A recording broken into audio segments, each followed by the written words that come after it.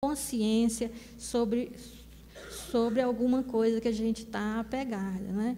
Então, eu estava fazendo o meu doutorado e tive que viajar para a Espanha para passar um ano lá, porque estava complicado ir para Israel na época. A minha bolsa de estudo pagou, então, para a Alemanha, financiou o meu estudo na Alemanha, não, na Espanha. E quando eu estava lá na Espanha, eu fiz um retiro antes de voltar para terminar os últimos capítulos aqui no Brasil. E, nesse retiro, a irmã que estava assessorando o retiro, ela fez uma proposta para mim, não é? Então, eu não estava em grupo, eu estava sozinha no retiro. E aí eu tinha que passar o dia em silêncio, pensando, meditando, fazendo as horas de meditação, tendo algum texto para refletir e tudo mais. Então, ela me deu o texto em que Abraão é orientado por Deus a sacrificar o filho Isaque. Não é? É um texto bem chocante que a gente perguntaria por que isso. Não é? E ela falou, Isaque tomou o lugar de Deus na vida de Abraão. Isaque se tornou um Deus. E Deus nunca quis que Abraão matasse o filho, mas Abraão tinha que passar por essa experiência de matar essa divindade que ele tinha criado. E você hoje vai pensar o que é o seu Isaque, não é? E você vai ter que oferecê-lo no altar. E uma vez eu estava num encontro desses, e eu estava falando com o seu Divaldo Franco, sobre essa questão desses anjos que falam com vocês, né?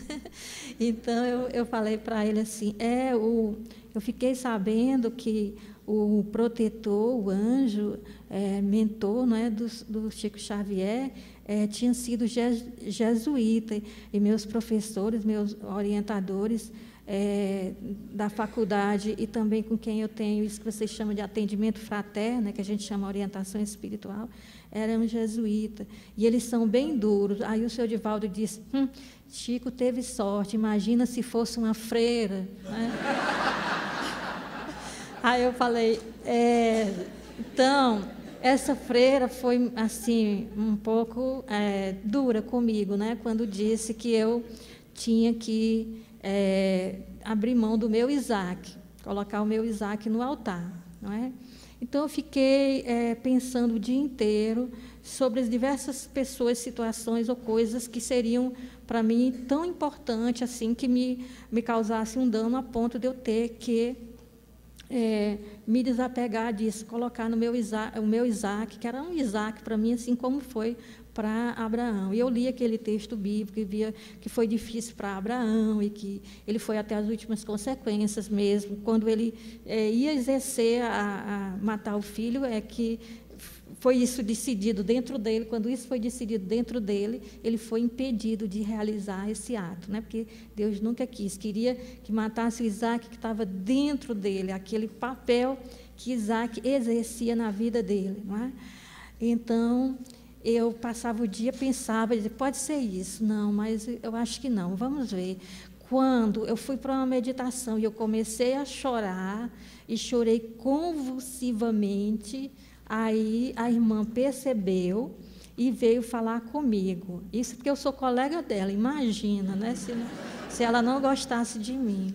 Então, ela veio e disse assim, você quer conversar? E eu disse assim, não quero, não é? O retiro é de silêncio, e eu quero continuar em silêncio.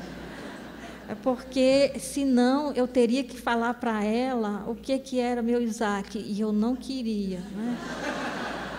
E, então, ela foi na hora do almoço, na hora do jantar, era uma sopa, não é? Como sempre, nos conventos tem sopa. Quem não gostar de sopa, quiser fazer um sacrifício, vá para um convento.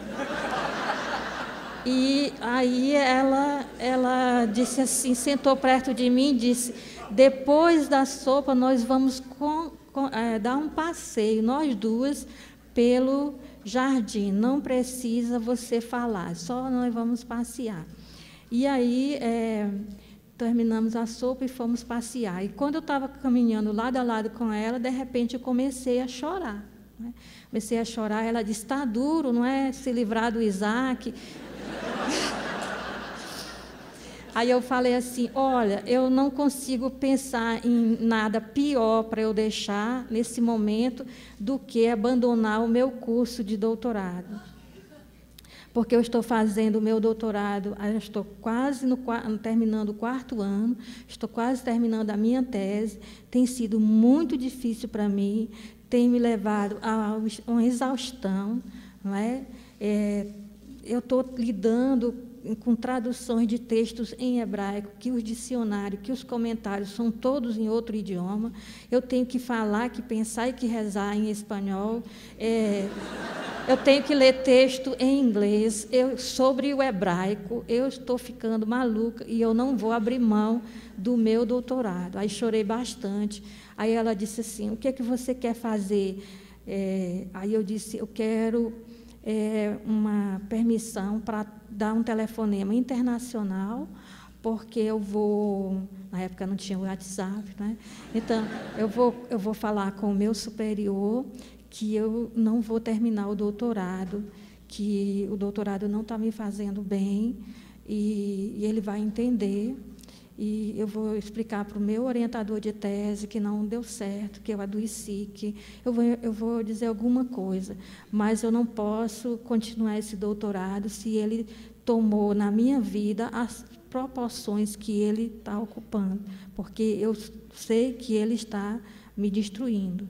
Eu sei que essa coisa não está sendo mais tratada como um simples aprendizado, um momento de aprendizado intelectual. Eu não estou lidando com isso dessa forma, eu estou lidando com isso como se a minha vida não existisse sem esse diploma de doutora em teologia, não é? Então, já que foi falado essas coisas do currículo aí, que não há necessidade nenhuma, né, de dizer que eu estudei, que eu não estudei, mas já que tem essa coisa do doutorado, eu me lembrei agora disso, né? Então, o doutorado se tornou um apego na minha vida, como se não existisse mais nem os meus propósitos iniciais, que não foi por causa de um doutorado que eu deixei a casa dos meus pais, foi para ser irmã na caridade, ser irmã de todas as pessoas, ser família para as pessoas que não têm família, não é? Ser filha dos idosos, ser mãe dos órfãos, ser a irmã do doente.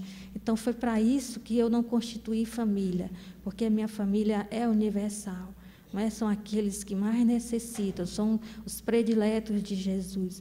E o doutorado tomou o lugar disso na minha vida. Então, ela disse, tudo bem, você quer falar sozinho? Eu disse, não, eu gostaria que a senhora estivesse ao meu lado quando eu telefonasse, né? Então, aí eu telefonei comecei a falar, dar notícias da minha situação lá, e quando eu ia dizer, não é, que não ia dar certo para continuar o doutorado, ela bateu na tecla, desligou o telefone, né, para mim. Eu senti assim, como se Abraão estivesse fazendo assim, aquele anjo pegasse a faca, não é? Então, é uma experiência que eu não tinha pensado em contar, né? Eu tenho a minha cola, mas a cola tá aqui, muita... Então, eu acho que a gente não vai notando, não vai sendo... Quando se torna consciente, aí a gente pode tratar de uma outra forma. Então, aquilo ali morreu mesmo dentro de mim. Tanto que eu entendi isso aí como uma coisa tão secundária. E qual foi a importância disso? É que assim que eu terminei o doutorado, eu recebi uma proposta de trabalhar aqui em Belo